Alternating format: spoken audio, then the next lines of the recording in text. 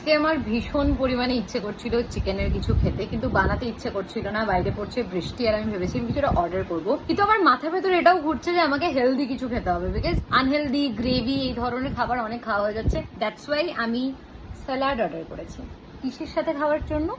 রুটি আর ভেন্ডি ভাজার সাথে স্যালাড খাবো বলে আমি সেটা অর্ডার করেছি। আই ডোন্ট নো আমি কি ভাবি কি করি আমি নিজেও জানি না। হ্যাঁ, আমি একটা কোথাও আননোন কোনো একটা জায়গা থেকে প্রীতম স্যালাড অর্ডার করে দিয়েছে। লেটস সি কেমন হয়। অবসেসড হয়ে গেছি আমি, অবসেসড। এইভাবে আর টাকা বাঁচবে না। কিভাবে আমি রুটি দিয়ে স্যালাড খাবো?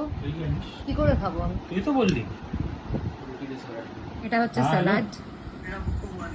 আচ্ছা, হ্যাঁ।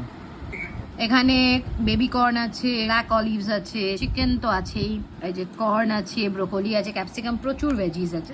স্যালাড খুব একটা খারাপ লাগছে না, গুড। এখন অর্ডার করেছি, আমাকে ভালো বলতেই হবে, বাট হ্যাঁ স্যালাডটা ইজ গুড। পাঞ্জাব জংশন।